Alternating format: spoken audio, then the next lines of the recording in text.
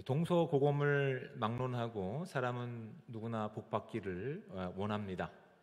예전에는 이렇게 봄철이 되면 대문에 이렇게 적혀 있죠. 입춘 대길. 안 하셨군요. 네.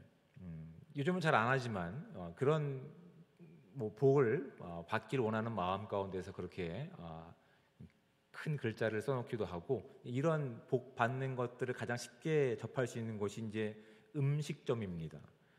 여러분 중국집을 가보시지 않았습니까? 그렇죠? 중국집에 가면 어떤 것들이 이렇게 장식으로 되어 있죠. 한자로 복자를 거꾸로 뒤집어 놨죠. 먹는 것만 너무 정신 팔지 마시고 좀 그런 것도 보셔도 좋을 것 같습니다. 얼마나 복 받기를 원하면 중국 문화권 가운데서 그렇게 복을 거꾸로 달아놓기도 하고, 또 우리나라가 어떤 음식점을 가더라도 이런 것들이 많이 있죠. 식당들을 가보면 이런 문구를 많이 봅니다. 내 시작은 미약하였으나 내 나중은 심히 창대하리라. 그걸 보고 이제 대부분은 이제 신앙생활 하시는 분도 계시지만 가끔 물어봅니다. 제가 어디 섬기시는 교회가 있습니까? 라고 물어보면 없다고 얘기합니다. 근데 저 문구는 어떻게 걸어놓게 됐습니까? 라고 하니까 좋지 않습니까? 그러니까 뭐 신앙이 있든 없든 이 땅에 복을 받기 원하는 사람들의 마음은 뭐 다 한결 같은 것 같습니다. 그런 내용들을 가지고 이제 우리가 이제 확인할 수 있는 것들은 무엇이냐면, 아무리 음식점이 실력이 좋고 또한 노력을 한다 하더라도 어떤 누군가의 도움 없이는 자신에게 어떤 복이 이루어지지 않는다라고 하는 어떤 두려움 때문이겠죠. 아니면 기대감이 있겠죠. 이런 마음이 바른 걸까요? 잘못된 걸까요? 헷갈리시죠? 이런 마음은 잘못된 것 같지는 않습니다. 적어도 아무리 자신이 노력하고 아무리 음식 맛을 맛있게 낸다 하더라도 그 어떤 성공의 여부는 보이진 않지만 계시는 어떤 창조주의 주권 가운데 있는 삶입니다라고 스스로 인정하는 삶이기 때문에 그런 고백하는 것은 나쁜 것은 아닌 것 같습니다. 다만 여기서 멈추는 것이 문제가 되겠죠. 우리가 지금 누가복음을 살펴가는 과정 가운데서도 구약 시대의 어떠한 신명기 이후의 내용이라든지 아니면 지금 이 복음서를 통해서 확인하는 것들은 그 당시 그들이 복을 누리고 있는 것들, 물질적인 풍요를 누리고 있는 것들은 자신들이 하나님께 대해서 하나님께 진심을 다했고 성실을 다한 결과로서 주어진 보상으로 어떠한 물질적인 풍요로움을 누리고 있다라고 그들이 믿고 있었습니다.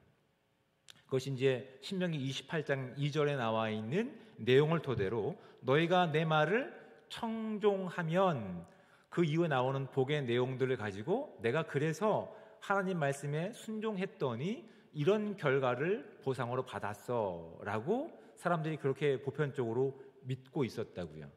근데 정말 중요한 것은 신명기 30장 20절에 있는 말씀입니다.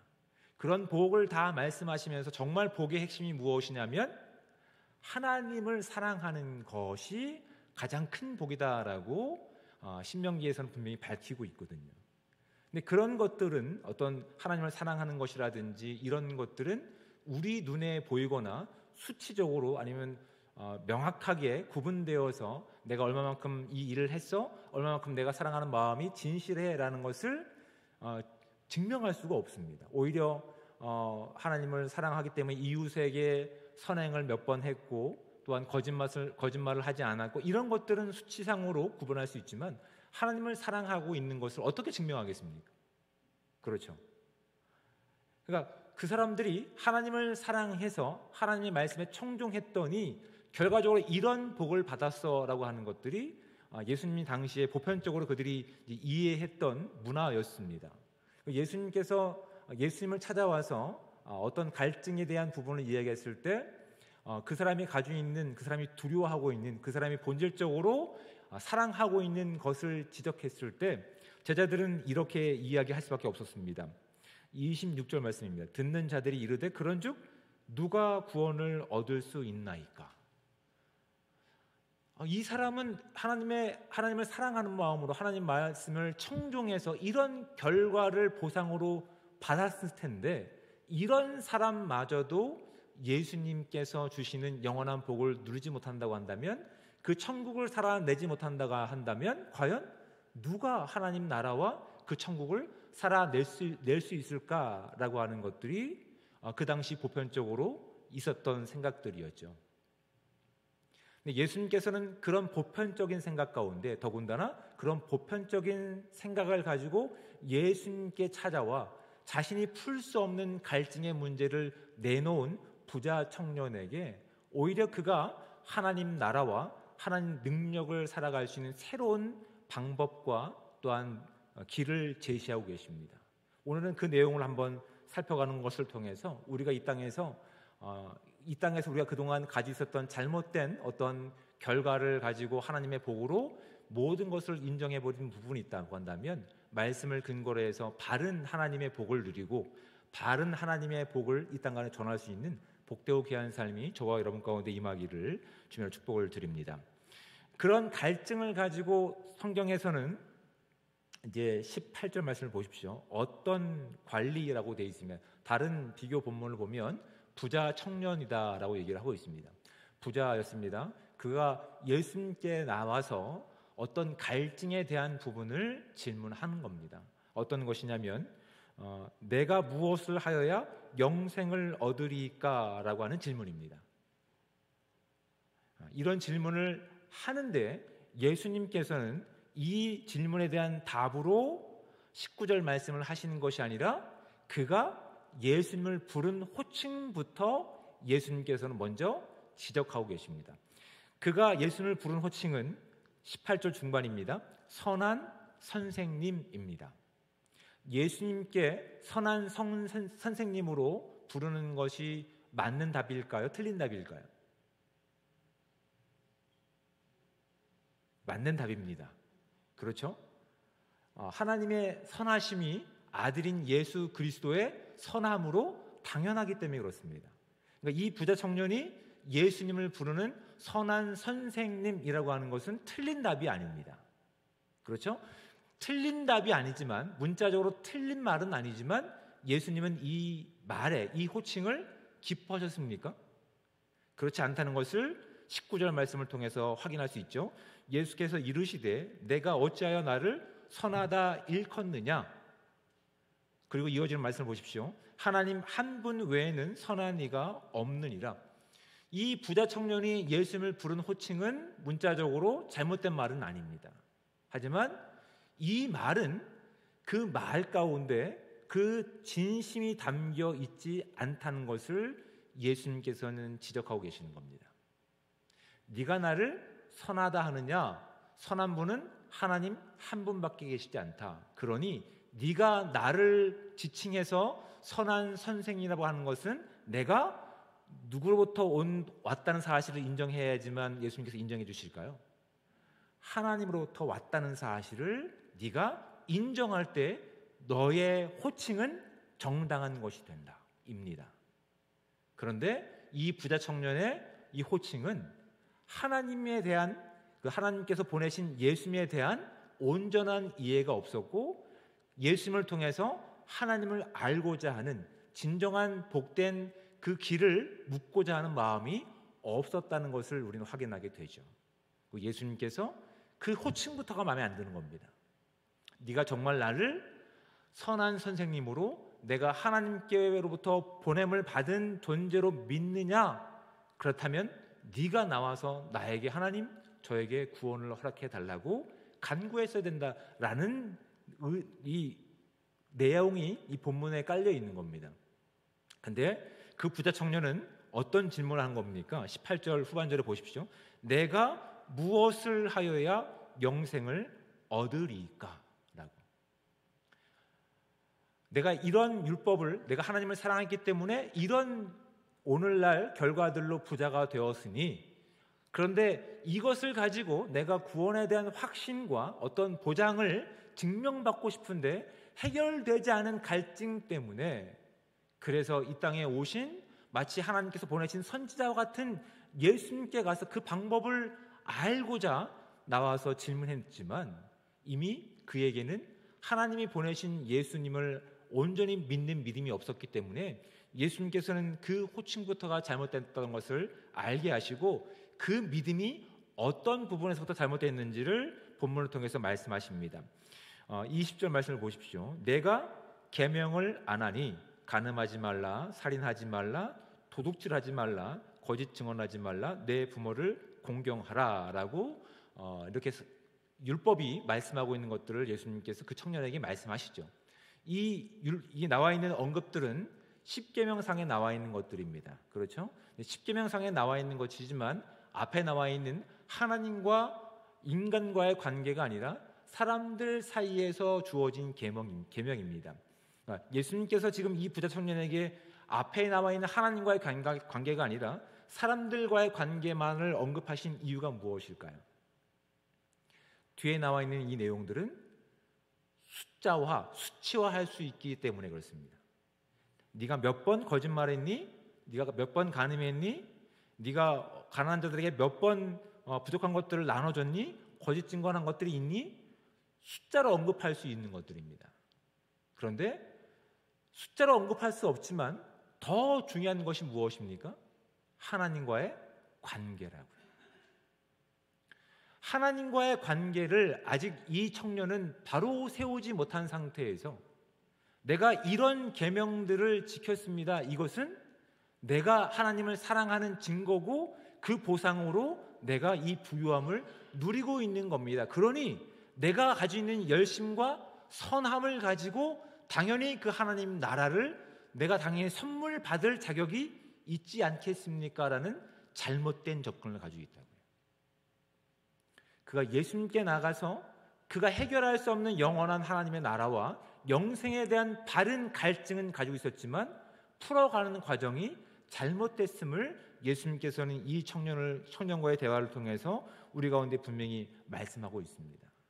그는 정말 누구를 의지했던 것일까요? 그는 정말 누구를 사랑했던 것일까요? 그는 정말 무엇을 두려워했던 것일까요? 하나님을 사랑했을까요? 하나님과의 관계가 가까워지는 것을 갈증을 가지고 있었을까요? 하나님과의 관계가 멀어진 것에 대한 두려움을 가지고 있었을까요?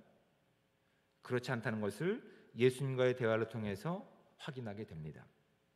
오히려 예수님께서는 그 잘못된 접근을 가지고 있는 부자 청년에게 22절 가운데 이렇게 말씀하십니다. 예수께서 이 말을 들으시고 이르시되 내게 아직도 한 가지 부족한 것이 있으니, 지금 그 청년이 접근한 방법으로 예수님께서는 오히려 도전하고 계시는 겁니다. 네가 가지고 있는 접근 방법은 잘못됐기 때문에 이제 내가 너에게 하나님 나라와 영생을 누릴 수 있는 유일한 방법을 알려줄 거야. 이런 말씀이 이 본문 가운데 담겨 있는 겁니다. 그래서 이렇게 말씀하고 있는 거죠. 내게 아직 한 가지 부족한 것이 있으니 내게 있는 것을 다 팔아 가난한 자들에게 나눠주라. 그리하면 하늘에서 내게 보화가 있으리라. 그리고 와서 나를 따르라. 이 22절에서 중요한 것이 무엇일까요? 어떤 단어가 가장 중요할 것일까요? 다 팔아? 나를 따르라입니다. 나를 따르라 하는 이 말씀이 가장 중요한 말씀입니다. 그런데 이 부자 청년도 그랬고 우리도 무엇을 가장 두려워하냐면 모든 것을 다 팔아에 두려워합니다. 왜냐하면 이 부자 청년처럼 우리도 우리 마음 가운데 우리가 무엇을 두려워하고 있는지 예수님께서는 이 부자 청년과의 대화를 통해서 우리가 깨닫기 원하고 계십니다. 내가 하나님을 이렇게 사랑하니까 하나님 저에게 안전을 허락하십시오. 저에게 건강을 보장해 주십시오. 제가 괜찮은 자리에 성공할 수 있도록 인도해 주십시오. 무엇보다 더 사랑한다고요? 하나님과의 친밀한 관계보다도 이 보상에 대한 내용을 더 사랑한다고요. 이것을 얻지 못할까 봐 두려워하고 있는 것들이 우리의 속사람 가운데 있지는 않는지 진지하게 고민해 보셔야 됩니다. 예수님이 이 도전 가운데 23절 말씀을 보십시오. 그 사람이 큰 부자임으로 이 말씀을 듣고 심히 근심하더라. 이 사람 물질이 많은 사람이었습니다. 그는 물질을 의지했습니다. 하나님을 잡는 것이 아니라 물질을 두려워하고 물질을 사랑했던 자였습니다. 여러분, 우리는 이 부자처정 청년만큼 부유한 분이 계실까요? 모르겠습니다. 우리는 물질이 아니라 하더라도 우리의 건강이 우리의 사랑하는 제목이 되어서는 안 됩니다. 우리의 자녀의 성공이 하나님과의 사랑하는 관계보다 사랑의 내용이 되어서는 안 됩니다. 그런 우리에게, 부자 청년에게 하셨던 것처럼 동일한 질문을 하고 계시는 겁니다. 너는 그것들을 다 팔아 필요한 자들에게 나눠주고 너는 와서 나를 따르라.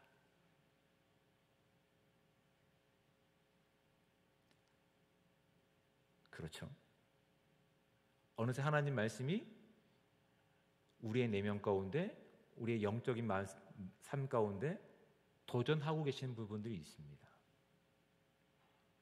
우리도 하나님을 사랑한다라고 얘기하면서 하나님과의 관계와 그 사이를 줄이는 데 애쓰고 힘쓴 것보단 하나님을 사랑하기 때문에 이 땅에서 우리 손에 주어진 어떤 결과와 그 결과물에 대한 보상이 우리의 영광이 되었고 우리의 사랑이 되었고, 이게 없으면 우리에게 두려움이 되었던 내용들이 우리 인생에도 있음을 우리는 부인할 수가 없다고요.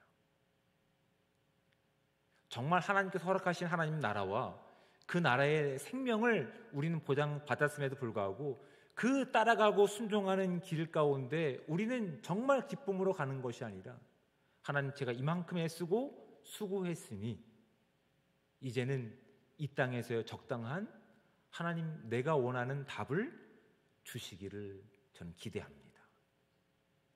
이것이 우리의 갈증이었고, 이것이 우리가 사랑하는 것이었고, 이것이 우리가 두려워하는 내용이었음을 예수님께서 부자와 이야기하시는 이 내용을 통해서 분명하게 발견하게 됩니다. 오히려 이 부자와의 이야기는 앞에 나와 있는 어린 아이와 내용과 정말 정반대의 내용임을 우리 가운데 보여주고 있습니다. 이 어린아이는 어떤 것도 의지할 것이 없던 아이였습니다. 누군가의 돌봄과 인도가 없으면 그 시대의 그 상황 가운데서 버려질 수밖에 없고 어떻게 하면 생명의 위협을 받을 수밖에 없는 자였습니다. 그런데 하나님이 누구를 더 사랑하십니까? 자신이 가지고 있는 것, 자신이 사랑하는 것이 분명한 것, 이것을 잃을까 봐 하나님과의 관계도 신경 쓰지 않는 부자 청년보다 어린 아이와 같이 하나님을 전적으로 신뢰하고 그 보호 가운데 있으려고 하는 존재들을 하나님께서 기뻐하신다고 하는 것들이 이제 누가복음 18장을 통해서 우리가 확인하게 되는 것들이라고요. 오늘 말씀은 오늘 저와 여러분 가운데 큰 도전을 주고 있는 겁니다. 우리가 하나님의 은혜로 오늘도 우리가 오늘 하루를 살 수 있는 건강과 오늘 하루를 이겨낼 수 있는 믿음과 용기를 가지고 그 감사함을 가지고 주님 앞에 예배하러 나왔는데, 우리의 마음속 깊은 내면 가운데는 정말 우리가 무엇을 두려워하고 있는지, 정말 우리가 무엇을 사랑해서 놓지 않으려고 하는지에 대해서 진지하게 고민해 보셔야 됩니다. 그래서 우리가 이 예배를 통해서 하나님을 순종하며 따라가는 우리의 시간을 통해서 이 땅에서 우리가 얻으려고 하는 의의 답과 가까워지는 시간이 아니라 오히려 우리의 부족함과 우리의 연약함과 우리의 갈증을 통해서 하나님과 관계가 더 가까워지는 은혜가 되고 기회가 되는 삶이 되시기를 주님으로 축복을 드립니다. 그것을 위해서 잠깐의 불편함을 감수할 수 있는 우리가 되기 원합니다. 놀라운 말씀은 그것으로 그치는 것이 아닙니다. 오늘 말씀 가운데 30절 말씀을 보십시오. 현세의 여러 배를 받고 내세에 영생을 받지 못할 자가 없느니라. 이것이 하나님 나라에서 우리가 보장받는다고 말씀하시나요? 아니요. 우리가 살고 있는 이 시대에도 그것을 보상받는다라고 말씀합니다. 다만 우리의 삶과 우리의 관계가 하나님께 온전히 향하고 그 관계에 대한 온전한 갈증을 가지고 있을 때 우리가 원하는 방식으로의 보상은 아니라 하더라도 하나님께서는 이 보상을 분명히 30절 말씀 가운데 우리에게 약속하고 계시는 겁니다. 현세의 여러 배를 받고 내세 영생을 받지 못할 자가 없느니라. 여러분, 제가 보장하는 말씀이 아니라 우리 예수님께서, 우리 구원자이신 하나님이신 예수님께서 말씀을 통해서 우리 가운데 보장해 주신 말씀입니다. 다만 이 땅에서의 원하는 보장을 얻기 위해서 하나님께 나가서 간구하는 것이 아니라 이미 우리의 생명이시며 구원자 되신 분께서 가장 선한 것으로 우리 가운데 응답하실 그 믿음 가운데 때로는 우리가 겪고 있는 이 어려운 시간들이 우리가 정말 무엇을 사랑하고 무엇을 두려워하고 있는지 분명히 밝혀 보여준다고 한다면, 여러분, 저와 여러분들이 겪고 있는 이 시간 가운데 우리가 가지고 있는 이 어려움들은 고난이 아니라 오히려 하나님과 가까워질 수 있는 기회가 될 줄 믿습니다. 그것을 분명히 아는 자들이 이 땅에서의 보상뿐만 아니라 하나님 나라를 살아갈 수 있는 능력이 될 수 있다는 사실을 기억하시고 오늘 주어진 시간 가운데서 그 영광을 살아내시기를 주님으로 축복을 드립니다. 이런 보상을 알았던 사도 바울이 옥에 갇힌 자가 되어서 주님의 몸된 교회인 빌립보 공동체에게 이런 말씀을 하고 있습니다. 빌립보서 4장 11절과 13절까지 말씀입니다. 제가 읽어드립니다. 내가 궁핍함으로 말하는 것이 아니니라. 어떠한 형편에든지 나는 자족하기를 배웠노니 나는 비천에 처할 줄도 알고 풍부에 처할 줄도 알아. 모든 일 곧 배부름과 배고픔과 풍부와 궁핍에도 처할 줄 아는 일체의 비결을 배웠노라. 내게 능력 주시는 자 안에서 내가 모든 것을 할 수 있느니라. 아멘. 우리가 두려워했던 이 땅에서의 보상과 결과물들이 내가 사랑하는 것들, 내가 그것을 잃어버릴까 봐 두려워하는 것이 아니라 나에게 하나님 나라를 주시고 그 영원한 생명을 주시는 그 하나님의 능력이 사도 바울에게 어떠한 은혜를 주셨다고요? 그는 비록 갇힌 자가 되었습니다. 복음 전하는 일로 인해서 갇힌 자가 되었지만 오히려 그의 연약함이 그리스도의 영광과 풍성하심과 생명을 전할 수 있는 기회가 되었음을, 오히려 그것을 통해서 더욱 주님께 가까이 나가고 주님을 의지하는 삶이 되었음을 사도 바울은 고백하고 있는 것이라고요. 여러분, 우리가 2025년을 시작하고 오늘 주신 말씀을 가지고 우리가 어떤 복보다 복의 근원이신 하나님과 더 가까워질 수 있는 복된 한 해가 되시기를 주님으로 축복을 드립니다. 내가 가진 것을 나누려고 하지 말고 하나님의 것을 마음껏 나눌 수 있는 한 해가 되시기를 주님으로 축복을 드립니다. 내 소유를 가지고 자부심을 갖지 말고 하나님께서 잡으신 손이 놓지 않을 것이라는 확신을 가지고 감사하는 삶으로 하나님의 복을 온전히 누릴 수 있는 저와 여러분들 삶 되시기를 주님의 축복을 드립니다. 기도하겠습니다. 사랑의 하나님, 은혜와 사랑에 감사합니다. 오늘도 복되고 귀한 날을 허락하셔서 온전히 주의 일하심과 성실하심을 찬양하며 예배할 수 있는 이 귀한 자리 가운데 우리를 불러주신 은혜에 감사를 드립니다. 하나님, 우리가 하나님 말씀을 온전히 청종하며 하나님께서 우리 가운데 무엇을 기대하시는지 말씀을 통해 깨닫고 온전히 하나님과의 관계가 우리 삶 가운데 가장 중요한 부분임을 놓치지 않고 주의 삶을 따라갈 수 있는 온전한 제자들 될 수 있도록 주님 함께하여 주시옵소서. 주님이 우리 삶 가운데 진정한 복이시기에 다른 복으로 하나님과의 관계를 대신하는 어리석음이 우리 가운데 없게 하시고 온전히 하나님이 함께 하시는 그 복된 능력들을 살아냄을 통해서 그들이 이 땅의 사람들이 갖지 못한 영원한 생명과 하나님의 복이 무엇인지를 마음껏 전하며 증거할 수 있는 복된 소리가 될 수 있도록 주여 함께하여 주시옵소서. 2025년 그런 복을 누리며 그런 복을 살아갈 수 있는 아름다운 교회가 되기 원합니다. 하나님께 감사드리며 사랑이 많으신 예수 그리스도의 이름으로 기도드립니다. 아멘.